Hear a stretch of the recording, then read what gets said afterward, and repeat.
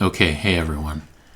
I wanted to do a quick demo on blends. I uploaded a couple versions of a couple videos on blends in Illustrator. I don't use Illustrator, I use Zara, and I'm just going to show you a quick trick to add some complexity to your piece. What I'm going to do is I'm going to blend this thick blue line with this skinny red line, and I'm going to make like 100 of them so that it looks kind of cool.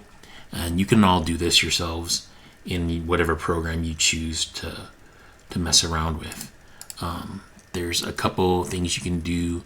There's usually sliders where you can move things around. So you can move the position of the spacing so it'll either crowd towards the skinny wavy red line, or if I move to the left, it'll crowd to the straight blue line. I'm just going to do it something like that. And you can also, in Zara, move the attribute. So I can move the blues to be the stronger attribute, or I could move it so that the red is more dominating. I think I'm just going to move it like, I'll just leave them all both kind of default straight, so it's pretty even. You can see the change in the thickness of the line, and what I'm going to do is whenever I do something, I will make a copy of it. So I'll make a clone and drag it off in case I make a mistake, but I already screwed up earlier because I tried to do this and it didn't quite turn out. I didn't have my microphone set, so this is the recording of it the second time around. What I'm going to do is I'm going to move the position a little bit over, and I think maybe crowd it in the middle a little bit, because what I want is this to be a little bit solid. Okay, and since I made changes, I'm going to copy that and paste the attributes to the other one. So this one over here is a backup in case I screw this up. And what I'm going to do is I'm going to convert this to a shape. Control Shift S. So now it's a group. It's no longer a blend. I cannot edit it as a blend. I need it to be a shape. Oh no, sorry. That's not what I wanted to do. I'm going to undo that. Hang on, Control C, Control Shift A. All right, Control Shift S. So now it's a group, it's a shape. Okay, it's an outline, if you will. Now that it's an outline, I can fill it. So I have a few pictures over here loaded that I can fill it with. So if this was the Marvel world, I might say, let's have a Wolverine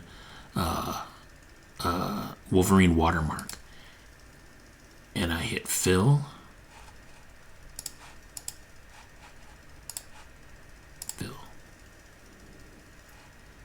No? Why is it not working? Control Z. Maybe it's a group. Hang on. Control U.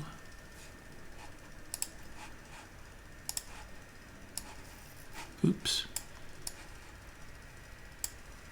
So it's 103 objects. Now I'm going to add it as a shape. So now it's an outline. And oh no, I didn't mean to add the background. Hang on, let me undo. So I'm going to select everything except the thing in the back. So now there's 102 lines because I had 2 lines to begin with, and I have a blend of 100.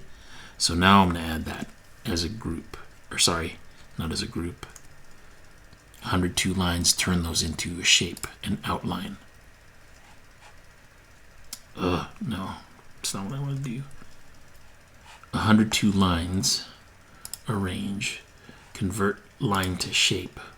So now I have 102 shapes. Now I can add the shapes. And now I can do the attributes. Sorry about that. I needed to make the lines thick, and it went back to the default. So I had to convert the lines themselves into outlines, or the strokes, the thick strokes, into outlines individually, and then add them all as a shape. Now that it's a shape, I can now use a fill and drop in Wolverine.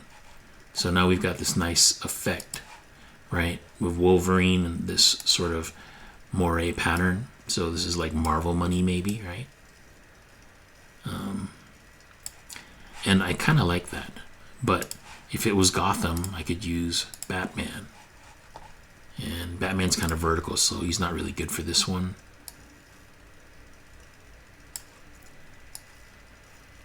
Can't quite fit his ears and his head. I can double click this Knight and a Horse. Whatever your story is, you can paste the colors into that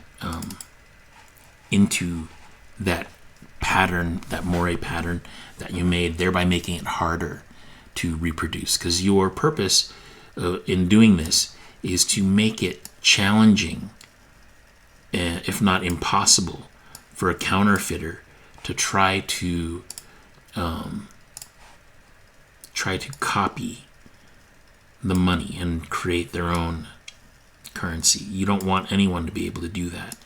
So to that end, you want to make it as hard as possible for them to create. So when you're creating something like this, now this is kind of pretty forward. You'd want something like this to be a little bit more subtle. So I'm going to dial it back a little bit. And let me put it into the money itself. So let's say this is the bill.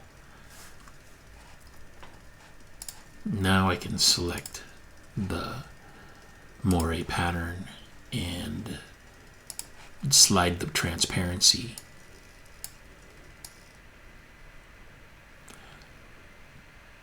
And then just use that as a background, you know. You also don't need to do it as a fade. You can do all kinds of different types of transparency, and it's just a matter of just trying them out and seeing how they look. I kind of like that. They're not all going to be winners, you know, but there's a few of them, but there aren't so many that you can't try them. But again, I like the hard light. Again, you want to be able to make it hard. Another thing I can also do is try to soften the edges of it. So, too much. Dial it back. What that does is it really softens it up. It feathers the edge so you don't have a hard line, which again would make it even much harder. So anyway, that's just a quick demo on how to do this. I'll see you tomorrow and we'll take a look at what everyone's got done so far. All right, good luck. See you in the morning.